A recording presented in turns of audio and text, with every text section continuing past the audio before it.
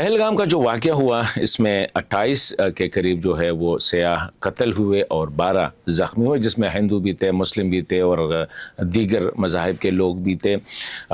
हिंदुस्तान कुछ छुपाना चाह रहा है क्योंकि इसमें बहुत बड़ी हिंदुस्तान की इंटेलिजेंस और सिक्योरिटी फेलियर थी। अगर हम देखें तो पहलगाम पाकिस्तानी बॉर्डर से तकरीबन 400 किलोमीटर दूर है। पहलगाम जहाँ पे ये वाक़या हुआ है वहाँ पे इंडियन जो मिलिट्री बेस है वो 1 किलोमीटर के फासले पे, मतलब ये कि ये जो फायरिंग हो रही थी, इनके गन शॉट की आवाज़ें वो सुन रहे थे और वो 1 घंटा 45 मिनट बाद उधर पहुंचे हैं।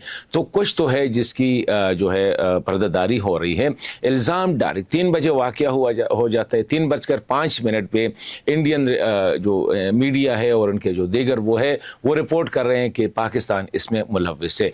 मेरे ख्याल में अगर वाकई हिंदुस्तान सीरियस है तो उनको तहकीकात करनी चाहिए कि ये क्या इंटेलिजेंस फेलियर है। ये इतना स्ट्रेटेजिक जगह है कि यहाँ पे जो है श्री अमरनाथ का जो होली केव है वो भी इसी रास्ते से, हाँ, हर साल लाखों यात्री इसी रास्ते से श्री अमरनाथ जो होली केव है जो कि लॉर्ड शिवा के साथ वो मुंसलिक है वहाँ पे जाते हैं। तो ये एक आम रास्ता नहीं है। फौज क्यों लेट पहुँच गई वहाँ पे, इंटेलिजेंस को क्यों इंटरसेप्ट नहीं किया गया वगैरह वगैरह। इतना दूर पाकिस्तान की बॉर्डर से, इतना दूर, फिर पाकिस्तान पे इल्ज़ाम क्यों?